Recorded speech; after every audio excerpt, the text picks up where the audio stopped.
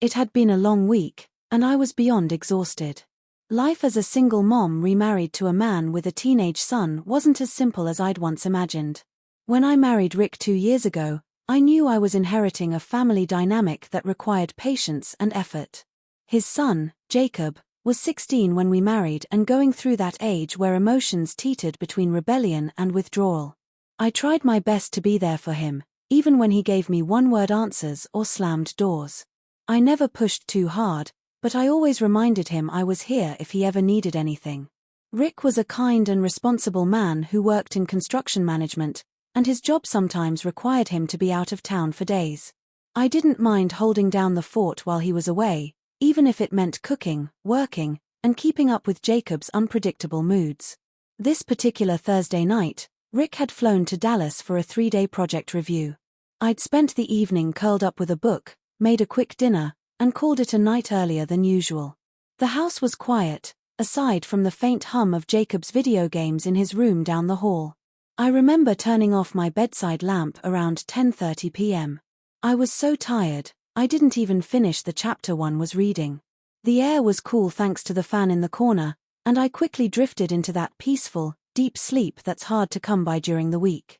At some point in the night, I shifted under the blanket, semi-aware of a sound that stirred me slightly, like a door creaking or a soft footstep.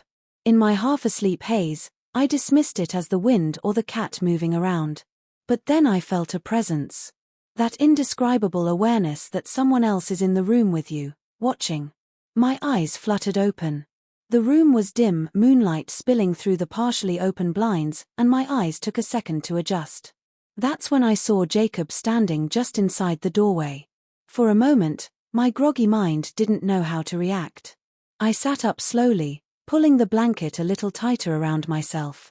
"Jacob," I said, my voice low, confused. "Is everything okay?" He shifted on his feet, clearly uncomfortable and unsure. I had a bad dream," he murmured, almost embarrassed. "I didn't mean to wake you. I didn't know who else to talk to." My heart softened instantly. It was one of those rare moments where he let down his guard. I reached over to turn on the bedside lamp, casting a soft glow in the room. "Come here," I said gently, patting the edge of the bed. "Do you want to talk about it?" He walked in slowly and sat near the foot of the bed, looking down at his hands. "It was about my mom," he said after a pause. "I dreamed she came back and then disappeared again. It felt so real. Jacob's mom had passed away when he was 10. I knew he didn't like talking about her often, but it was clear she still held a big piece of his heart." I moved to the edge of the bed, sitting closer to him. "I'm sorry, Jacob," I said sincerely. "That must have felt scary. Dreams like that can really shake you." He nodded, his jaw tense. "Sometimes I feel like I forget what her voice sounded like. And then other times, I think I hear her when I'm half asleep." His voice cracked slightly. "I know I'm too old to be freaked out by dreams, but I didn't want to be alone." I placed a comforting hand on his shoulder. "You're not alone. You never have to feel that way in this house, okay?" He gave a small nod, still not meeting my eyes. "Thanks," he whispered. We sat in silence for a few minutes. The air between us wasn't awkward, just heavy with emotion. I could see he was trying to hold back tears, so I didn't push him. Eventually, he stood up. "Sorry I woke you," he said. "I just needed to feel like someone was still there." "You can always come to me," I said softly. "Even if it's the middle of the night." He nodded and walked back toward the door, then paused. "Good night, Rachel." "Good night, Jacob," I replied. The door clicked softly behind him, and I lay back against the pillows, wide awake now. My mind replayed the encounter. It wasn't dramatic or complicated, but it meant something. That one small act of trust between a struggling teenager and the woman who married his dad might have been the start of something more lasting. The next morning, Jacob came downstairs already dressed, his usual headphones slung around his neck. He didn't mention the night before, but I could sense a subtle shift. He looked me in the eye when he said good morning, and he even helped set the table for breakfast, something I usually had to ask him to do. "I made pancakes," I said, placing a plate in front of him. "Hope you're hungry." He grinned just slightly. Starving. We ate together in an easy silence. I didn't bring up the dream or his late-night visit. I figured if he wanted to talk again, he'd come to me. But I did feel hopeful. Maybe our relationship wasn't perfect, but it was real. And real things take time to grow. Over the next few weeks, I noticed more changes. He began staying downstairs longer instead of disappearing into his room right after school. He'd offer to walk the dog with me.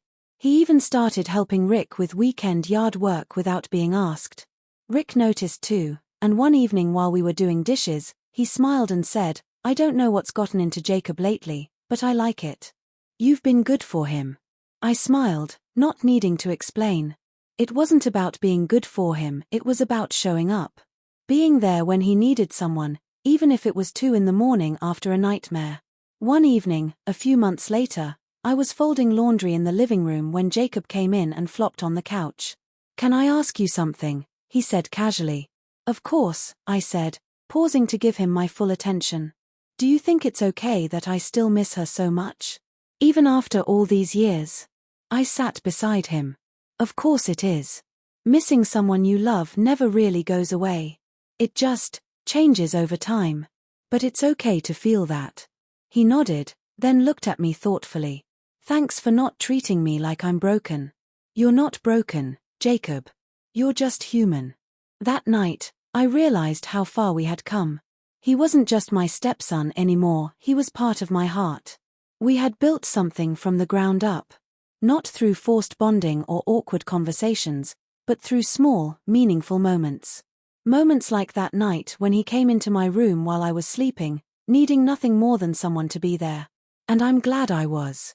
By the end of that year, Jacob had started referring to me as my mom when talking to friends or teachers. The first time I heard it, my throat tightened. I didn't correct him. I just smiled quietly to myself. Now, looking back on that first night he walked into my room, I realize it was the start of everything.